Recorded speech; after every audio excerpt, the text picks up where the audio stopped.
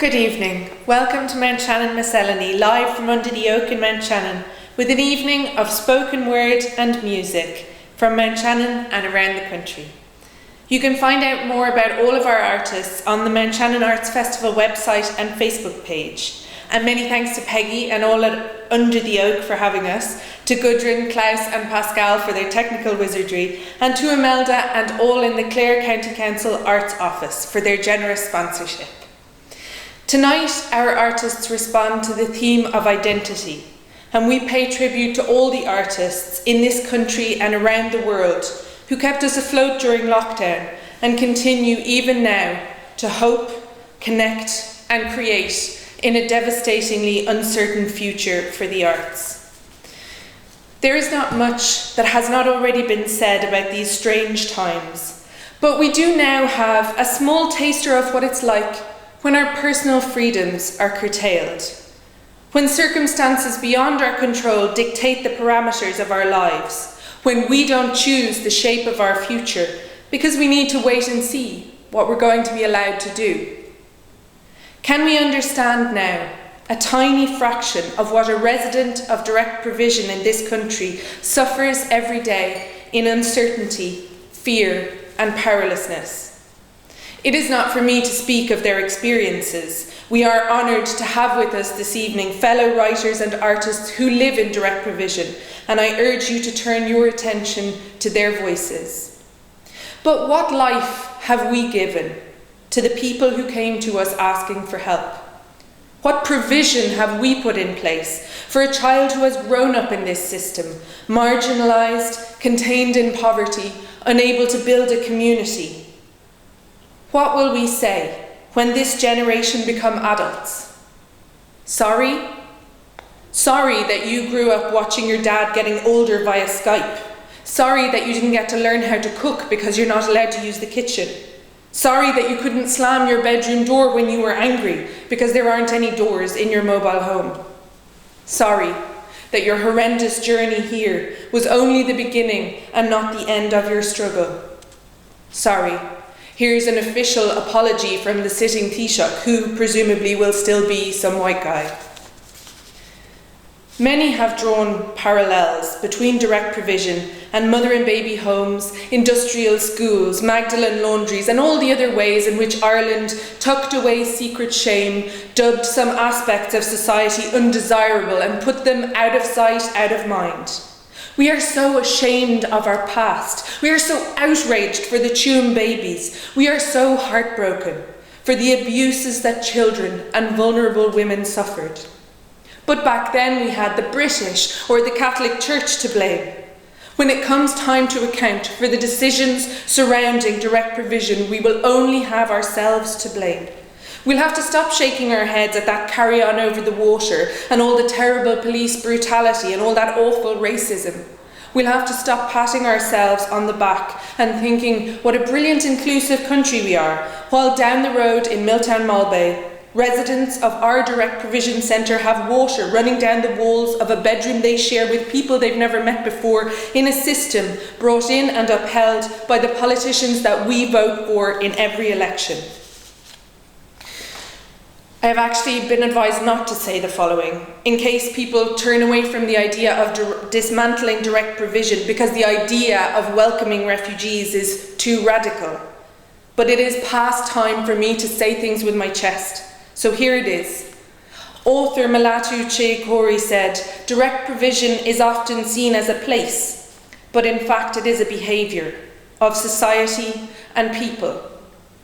We are those people. We are that society. It is time for us to step up and wield our power and privilege. It's time to look at where you place your vote. It's time to look at where you spend your money. The things that we do in our everyday lives do matter. We are calling on the government to dismantle direct provision. No more speeches, amendments, propositions and position papers. We have the room. Open the borders. Bring in the boats from the Mediterranean. We are a country with suffering in our history. We have lost millions to famine and we have sent millions overseas in search of a better life. We understand in our DNA what people suffer when they have no choice but to leave home forever. And now it is time for the land of 1,000 welcomes to finally welcome refugees. And in that spirit of welcome, togetherness and joy, you are all very welcome here to Mountshannon to Culture Night. My name is Patricia Donnellan. I was born here in Mountshannon in East Clare, and I have spent my life here working on the farm and rearing a family here. My poem tonight is called Earth Mother, and it is inspired by the writing of the late Thomas Berry, eco-theologian, who has written, "We must awaken a consciousness of the sacred dimension of the earth."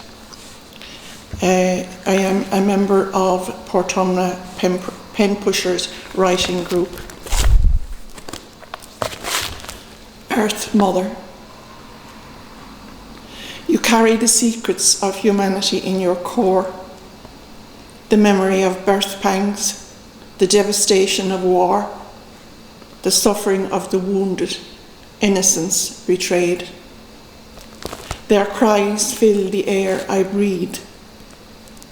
As light appears on the horizon, gossamer webs cling to thorny green branches of firs, their yellow petals interlocked in sleep, waiting.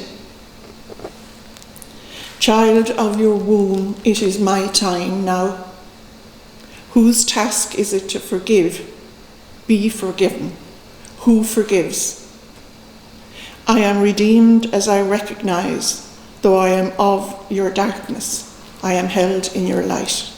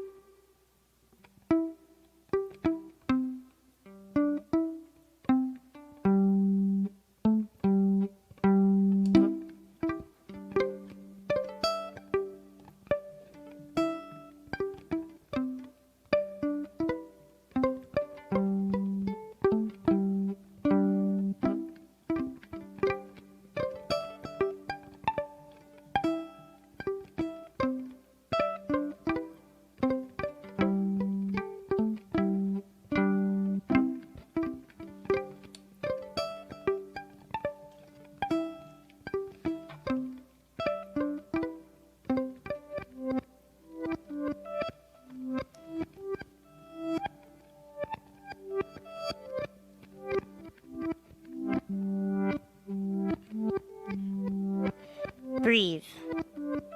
You are alive. Stillness is not the enemy. It's the only balm. It is the spark that wakes you up. Remember who you are. Who are you? Are you what you do? How you perform different acts every hour? Are you burning, brilliant, beautiful? Or are your fires uncontrolled, pulled in every direction? Can you admit you may be tired, exhausted even? Are you your fears, your wants, your needs? Are you the good and the bad words you use to describe yourself? Some of the time, at least. Are you your inconsistencies? Are you afraid to look at yourself? Afraid to remember? We make ourselves up, put ourselves out there as works of art, as entertaining shows for the world to see, to judge, to notice. Well, you are a work of art, but it's not how you think. It's in your eyes when you laugh, when you cry, when you smile, when you're angry. You can't hide it. It leaks out in flashes across your face. Your soul bursts through in moments of true tenderness, when the empathy just kind of swells up from nowhere, from very deep. You are in there. Divine. Why are we so afraid of it? Why do we try to bury it alive in schedules and important deadlines and hurrying? We have let too much in, crowded ourselves out, forgotten our purpose, forgotten to show up. Pause. Sit with yourself. Sit with a neighbor. Sit with me. And notice when you are quiet how the divine whispers. Notice all things. Just be in the present for a moment. And remember to breathe, love, for you are alive.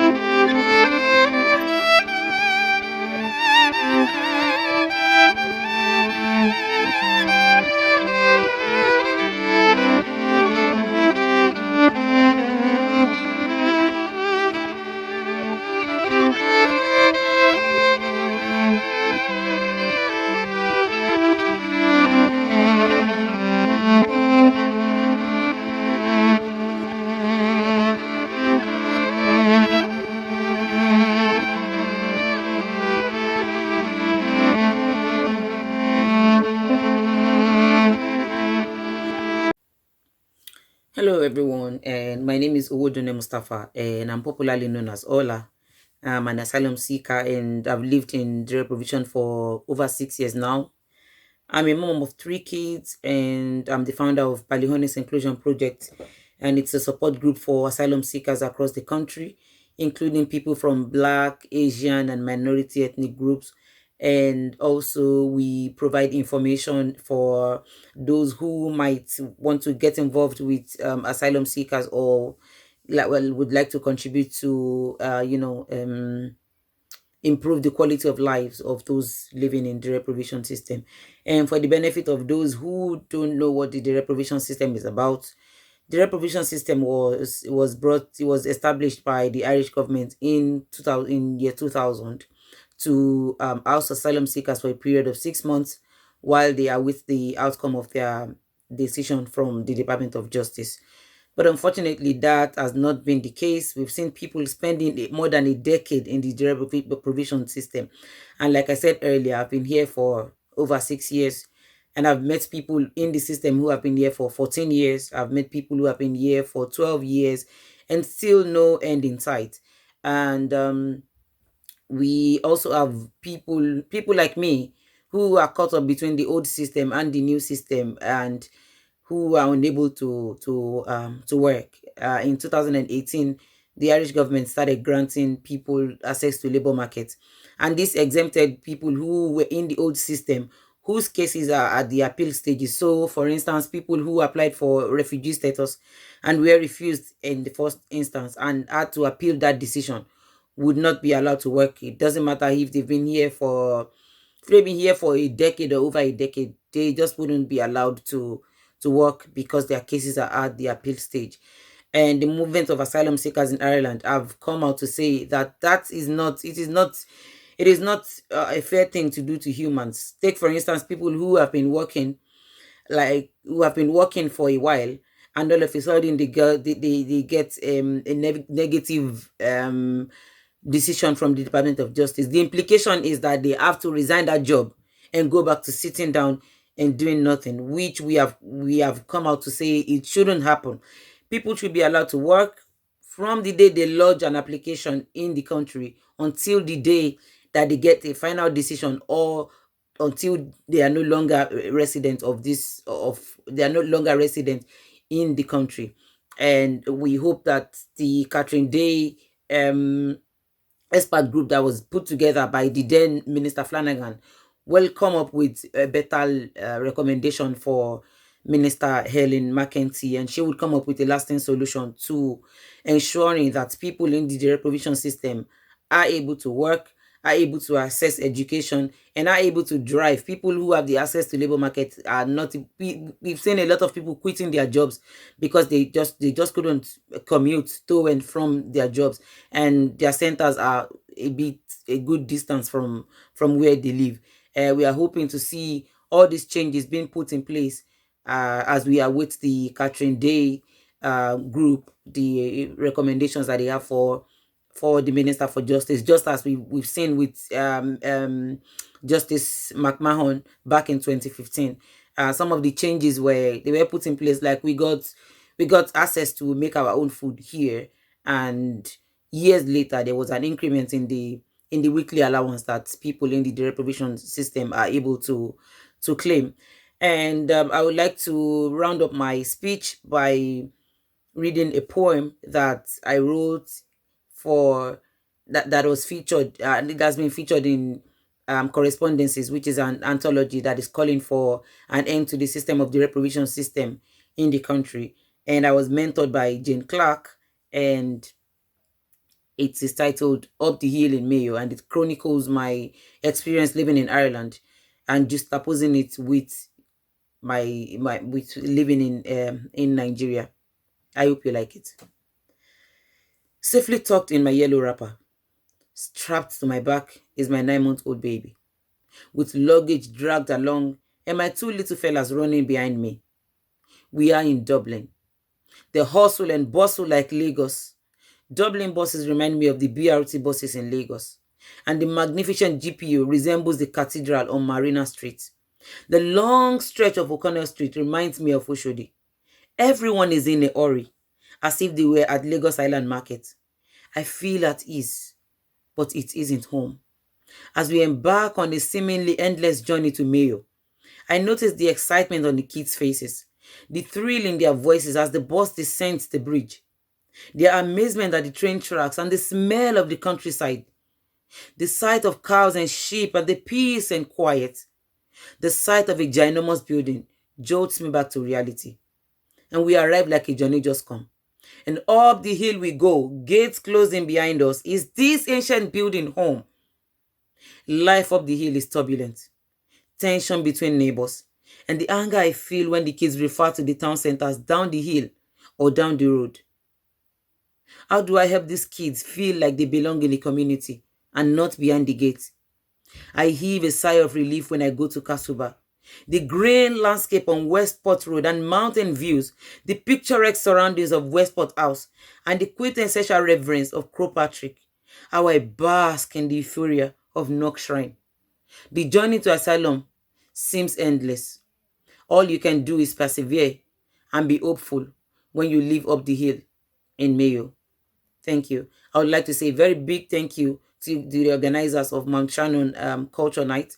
And also I would like to say a very huge thank you to Jessica Trino and to Natasha and Natalia, who have helped me to stay on course, and they've helped me to stay on track and not to give up on my dreams of establishing myself in this country.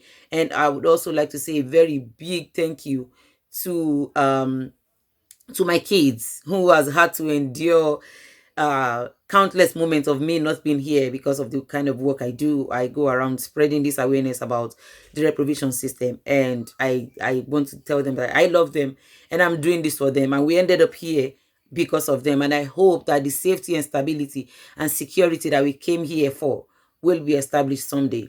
And also I would like to round up by saying the longer you stay in the system, the harder it is. The joblessness and the boredom that this brings about is left for people out there to imagine. So I would urge you to go out there, be an ally, speak for people like me who have no voice of my own, who doesn't even have control over the kind of food that I get to eat, and those people who have to share rooms with their children, who have to share 5-6 people in the same room. And we can see the effect of that during this outbreak of COVID-19. I hope you go out there today and support somebody that you know who is affected by the reprovision system. Thank you so much. Hi everyone, I'm Jyoshna and this is Denise Glass, and we're going to be singing a couple of songs. They're written by the composer Prabhat Ranjain Sarkar, one of the greatest Indian composers of the 20th century. who wrote so many, over 5,000 of them. But this one I particularly love, and I feel like it is a great fusion between Bengali, which is the language that it's written in, and it has a really strong Celtic feel for me. So this one's called Dharma. Dharma means spirituality, and I'm going to read you the translation of this song. Dharma is my closest friend. Dharma is my life. I accept the Supreme as I am this gift. Since the beginning of time, you have been with me, and you will stay with me to the end.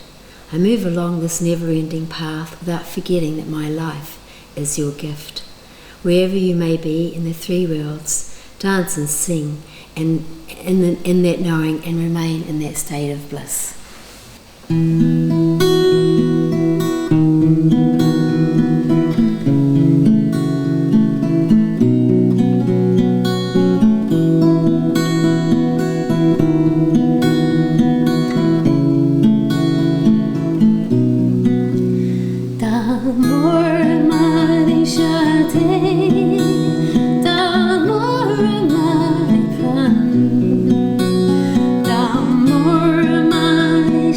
Day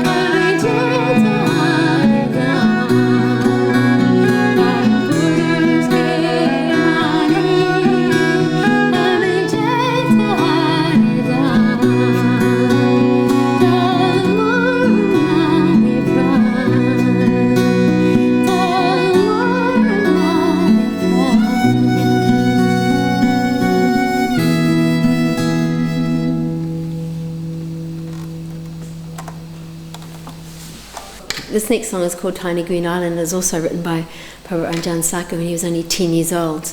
And I think it really relates for me to New Zealand, where I'm from, and to Ireland. And I think this song I want to dedicate this song to the children.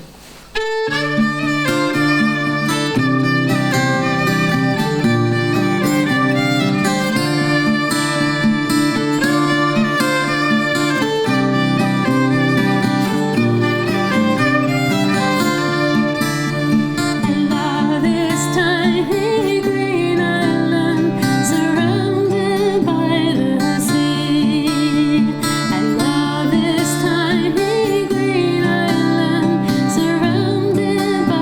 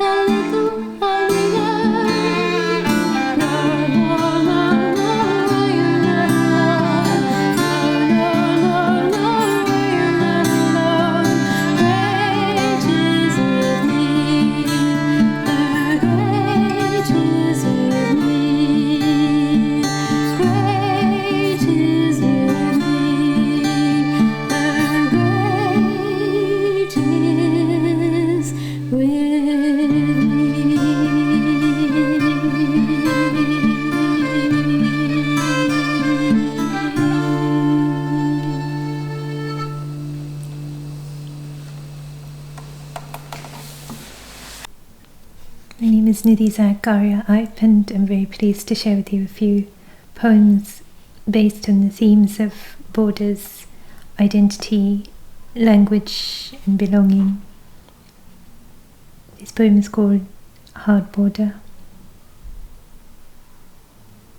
So much talk of backstops and borders, bad politics, heralding a return to a history nobody wants to see repeated. So they tell us stories instead, so many urban legends that are probably untrue. Like, have you heard the one about the house in Pettigo, partitioned through the middle? Or the Belfast woman shoving butter down her socks, the brainy British official beckoning her near for a friendly fireside chat, all that offending, sticky, yellow, warm, pissing past her legs. Or the crafty fisher fellow on that disputed estuary between Donegal and Derry, who painted his vessel two conflicting colours so he could fish in the liminal lake without a fig for quotas, buzzing, busy as a worker bee between both harbours. Or the bold schoolboy on his bicycle, pedalling across each day, customs guards turning his pockets inside out, their notions upside down, finding nothing, until lines were lifted, checkpoints closed, guns given up. Then they asked him what it was, the precious cargo he'd been smuggling all those years. They thought he'd never come around. And he said, like any boy that age, bicycles. Because what could we love any more than the things which give us wings?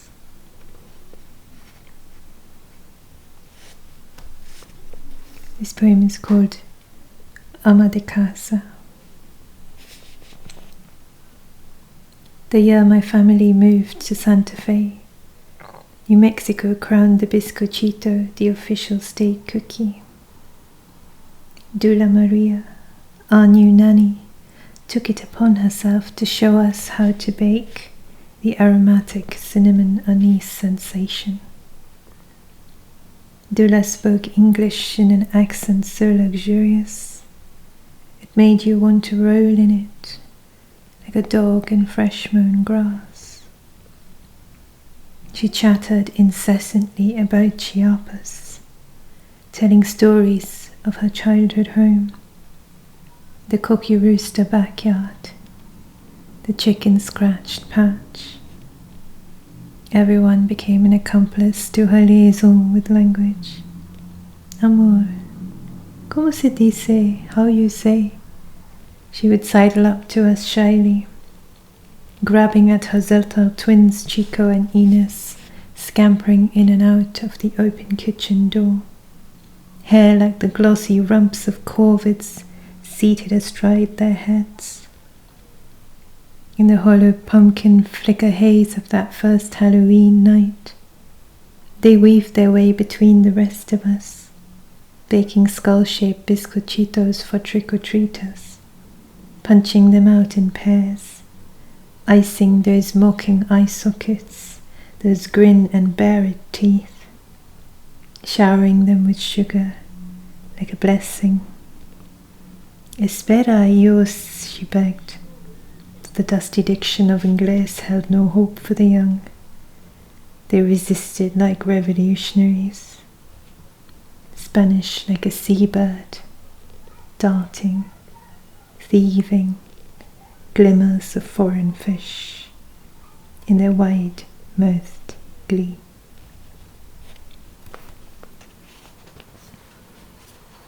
This poem is called C'est poésie, which means it's poetry. Dublin Airport. Arrivals. I wait for the person who does not come. Each time the side-wide jaws of frosted glass glide open. Standing by a generic cafe chain where sparrows make a home, flitting low from the place where earlier rafters would have been. Man coming through with a boy I assume is his son, tired, both of them wanting to be elsewhere, breathing different air. But when he sees a bird, his eyes fill with wonder. L'oiseau, he points out to the child. L'oiseau. But this boy cannot see bird, cannot see life hopping across hard tiles, hiding among the cheap legs of chairs manufactured in China. Man hunched now on haunches, eyes level with the boy's bright, pointing with extended finger. L'oiseau, regardez là-bas. And in this moment, I am back in Paris, giving my French viva at La Sorbonne, with Mademoiselle William's bejeweled hands, pointing to a page in a picture book, a scene of domestic contentment, a mother in the kitchen, a sous chef daughter, a father with his feet up in front of the telly, and two boys playing with remote-controlled cars in the hall. She taps one manicured fingernail on the girl's hair. Regardez-vous. Her grey-eyed gaze prods me for the word. Oiseau, I say. Then again, willing the word to mean the thing that she wants me to name. But it isn't. It's shiver. And I will continue to confuse these two long after I have left France, and am no longer forced to prove that I know what I'm talking about, or fudge my way through the intricacies of a foreign tongue. When I'll be able to buy things that cost more than €30, because I won't feel ashamed of not knowing higher numbers. And when passers-by ask for the time, I will be able to tell them, down to the minute, not rounded off to the hour or half. But right now, she is waiting impatiently for me to get it right. And I don't. So I point out the things I do know in lieu.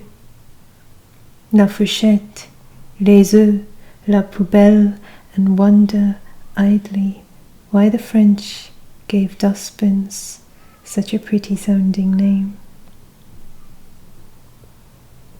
She snaps the book shut, says bien, asks me for the final part to make sentences out of certain verbs. First, aimer, to love. J'aime, I tell her. She waits. I sit there and we wait. She makes a forward motion with her hand. I say c'est tout. She shakes her coiffed head no. Aimer quelque chose ou aimer quelqu'un, bien sûr, mais j'aime seulement n'existe pas. Ce n'est pas possible. Earrings shaking. C'est la même chose en anglais. She finishes, defiant. But it isn't. Because in English, I can say, I love. Because love can stand on its own. What else is there?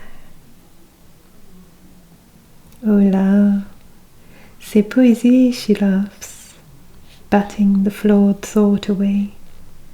Inquisitive bird hovering around, her fingers fringed with emeralds. Good evening, everybody. My name is Cathal Moloney. I'm a fetal man living in Scariff, and I guess that's all you need to know about that. I'm going to play two songs. One is called One Day Like This by Elbow, and the other is called Man in the Moon by myself. As in me, that song. Okay, I'm going to start with Elbow's One Day Like This. So here goes.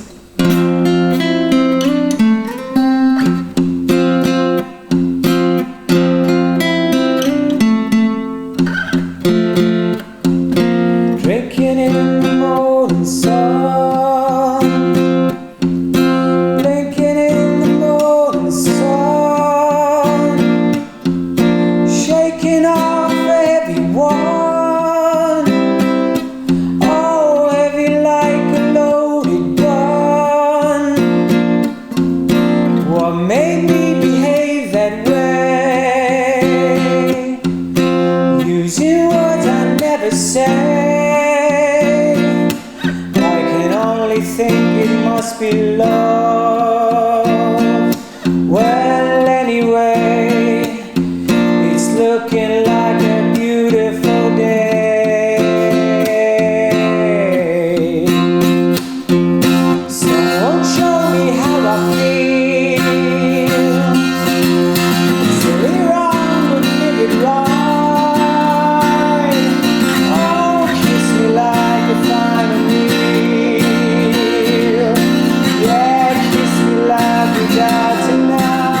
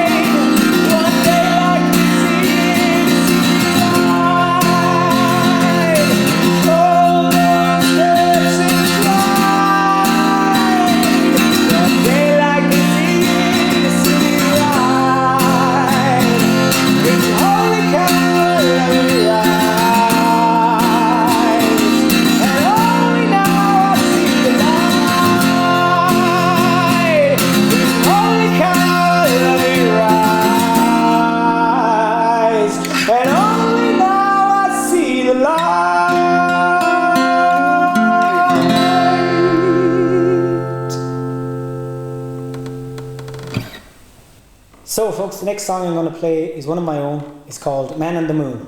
So basically what it's about is the man in the moon wanting to leave the moon, but the rest of us on Earth not wanting to leave the moon, because he means a lot to us up there. But anyway, it's fictional. Here it goes.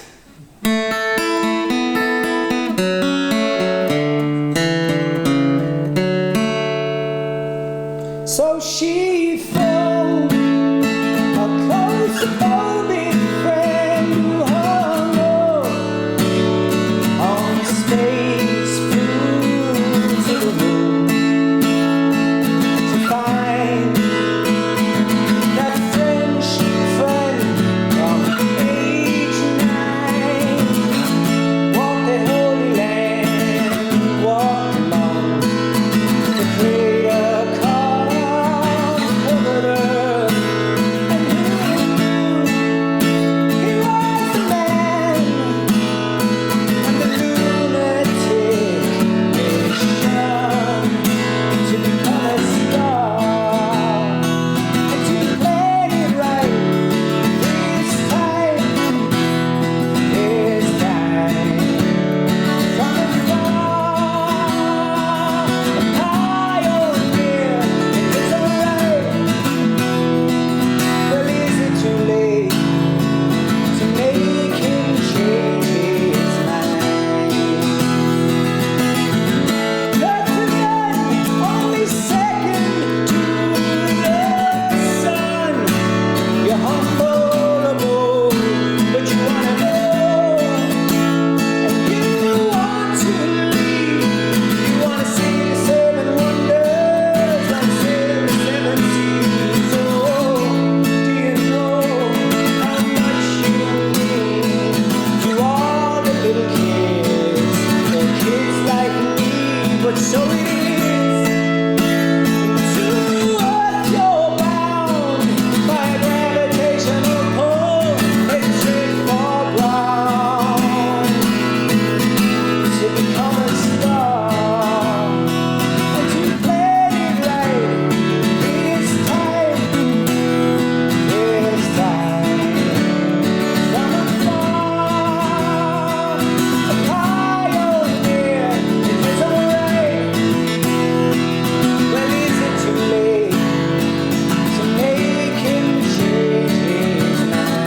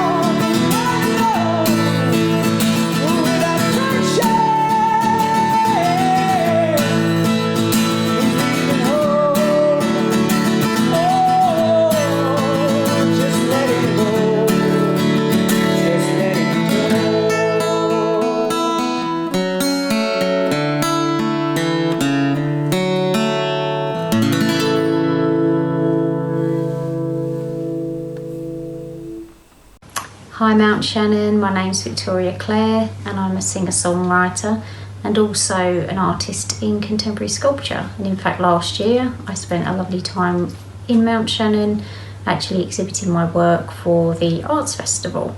But this year I'm getting the opportunity to share my music with you guys at your wonderful festival that is for culture. And I'm really excited to do that. I've been involved in music for well over 20 years and my music really is an extension and expression of the things I'm going through. And the identity theme that the Culture Festival is about really, really fits with the things that I'm about at the moment, because I think that I've realised for so many years that I've identified myself through my career, through the people I know, through the people and things that I want and materialism, and I'm thinking, really, at the end of the day, that's not what we're about as people. What is our identity? Our identity is deeper than that. It's a deeper connection to ourselves and who we are as people, and to know more than anything that we're enough just as we are. It doesn't matter what we do, how we speak, what race we are just enough just as we are. And this song is called Know You Matter, and that song really is about this affirmation. I am enough, I have enough, I matter enough.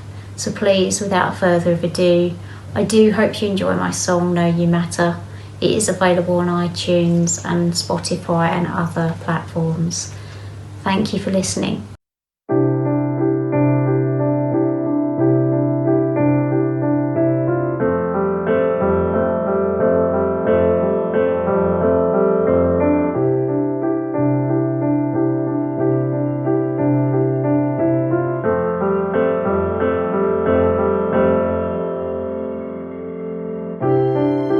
Don't deny yourself.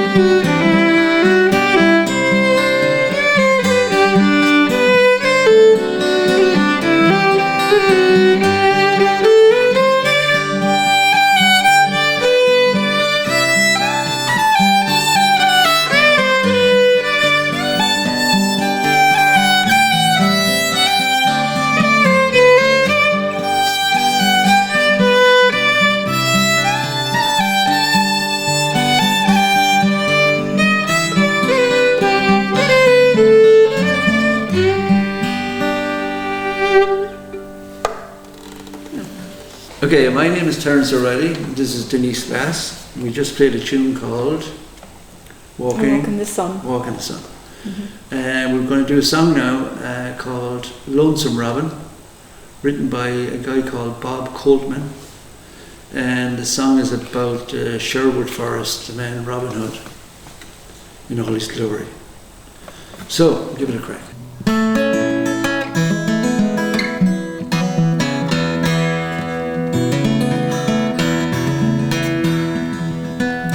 Rise up from your bed of straw, see if you can bend that shard bow one last time.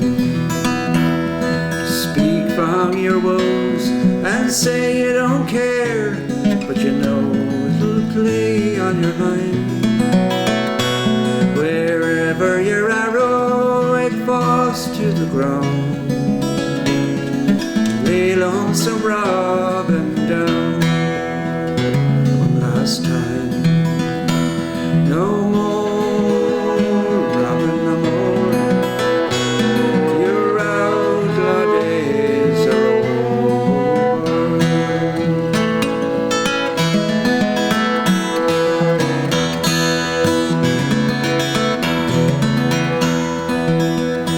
Now when you were a little boy,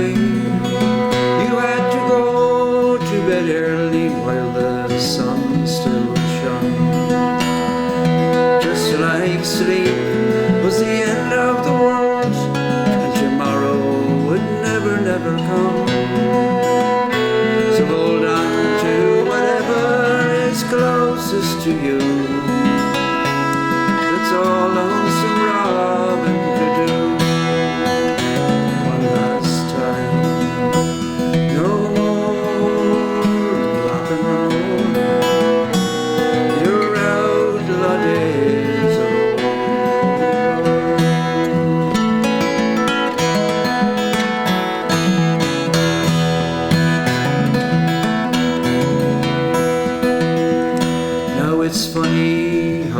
Is the sun, now that you can't run away from the city?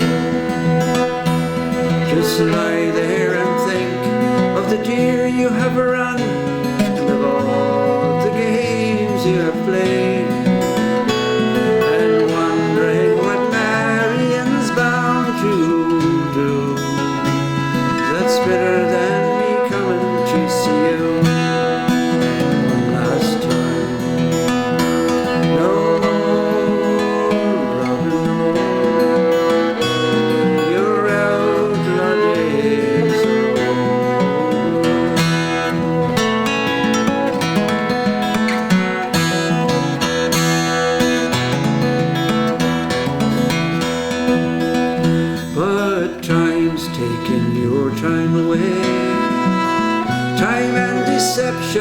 Have whittled you down, and all of the times that ever you've had have chucked through their heels and run.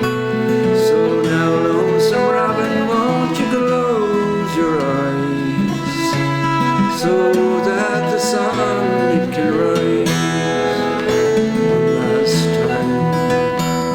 No more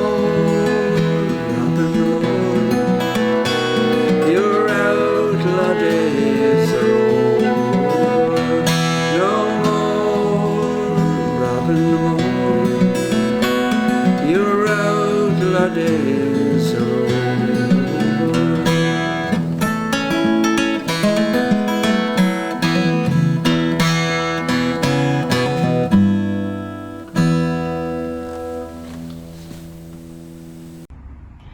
Hi everyone, I am Insaf Yalçinkaya. I am a Kurdish poet from Turkey. I will read the two poems from Correspondence Anthology, edited by Jessica Trainer and Stephen Rea. I would like to say about the direct provision system. It's an inhuman place and to direct provision. Irish people must be compared with Magdalena Laundry. It's a shame in Irish history. but I believe the Irish people, they don't want another shame in their history. My first poem about my first interview in the International Protection Office, called A Wordless Life. Around a table, we strike a bargain for my life. They think I am just a number. My life is worthless. I put my knowledge up for sale, my art, my poem, my music. They are not interested in them. They are worthless. I put my happiness up for sale. They don't want to happy people. Happiness is worthless. I put my hopes up for sale. My future, my dreams, their border is priceless. My hopes are worthless. I put my sorrow up for sale, my tears, my deep griefs. They want to buy them, to pretend they are merciful. They should take pity on me. Their mercy is priceless, but my humanity is worthless. What a stupid bargain for a worthless life. Meaningless words between their lips. What a stupid life. All its rich, worthless. My second poem, called Border. Look, people draw borders. Some in their own land, some in the mind and heart. Like a death circle of Azide. Beware, don't draw the circle. You are doomed inside, with me outside. I was born there. I don't have to die there. Look, this is war, this is death, this is poverty, this is hunger. Everywhere artifice behind every individual cruelty. Everyone suffocates in their own tragedy, like drowning in a spoon of water. Look, I drown in the seas. That is not my body. People's selfishness wash ashore. I die due to your borders. I drown due to lovelessness and loneliness. I am waiting at the border, the limit of your imagination. Your heart beats in the left, but does it beat correctly and conscientiously? I am waiting at your borders. You ask, do you know my language? Do I care? How many languages you know? Where is your humanity? How is your heart language? I am looking for a flame in your eyes, in your souls. It seems Prometheus never put in an appearance in your lands.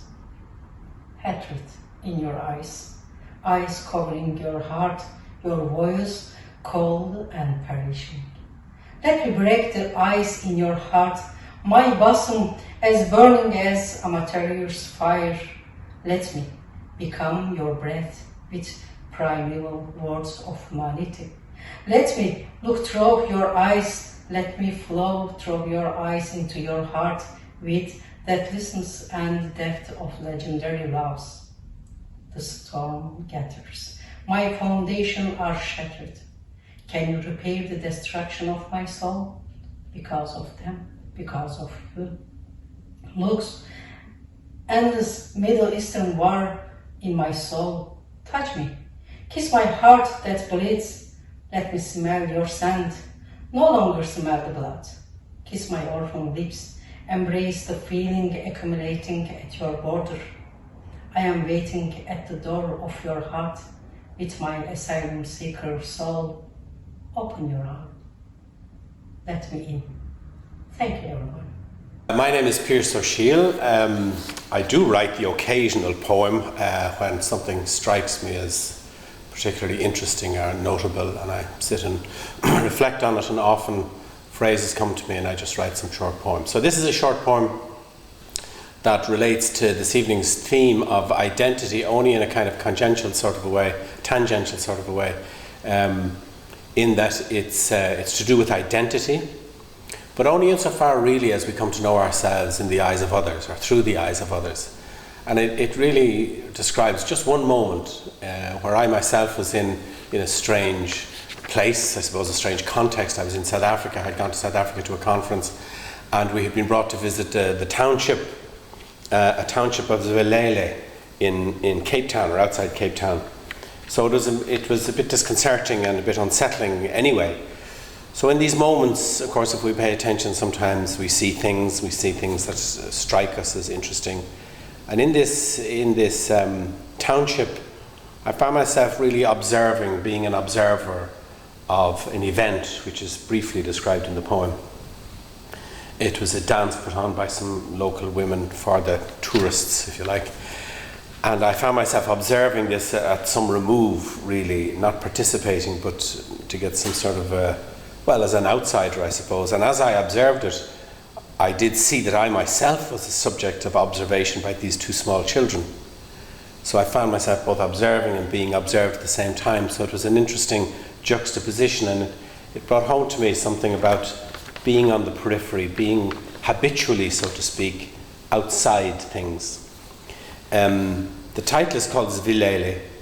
I'm sure that's not the correct pronunciation for the township. On Zikaleze, the cameras make a new centre for the day, where the black women dance in the pool of white attention. And on Foziza, the children come running from the dark corners, lured from the dust by candy and those pale, hairy arms. I stay at the edge and watch. And there, unseen at first, and quietly beside me, 4 astonished eyes look up. We are 3 watchers, 2 worlds, in a moment of common enterprise that stretches not into the future, but that expands around us, eccentric and filled with strange wondering.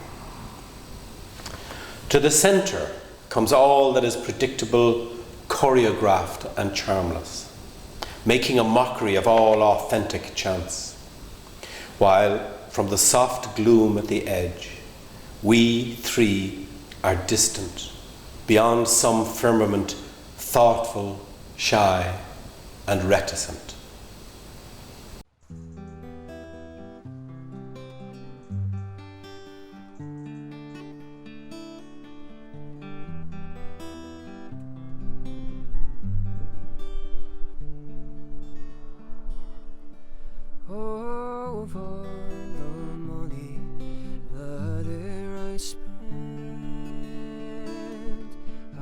Spent it in good company, and of all the harm that I've done, alas, it was to none but me, and all I've done for once a wit in memory now I can't recall, so filled to me the parting glass. Good night, and joy be with you all. Oh, if I had money enough to spend, and leisure time to sit away, there is a fair maid in this town, and she surely has my heart beguiled. Her rosy cheeks, her ruby lips, I own she has my heart enthralled. So filled to me the parting glass. Good night.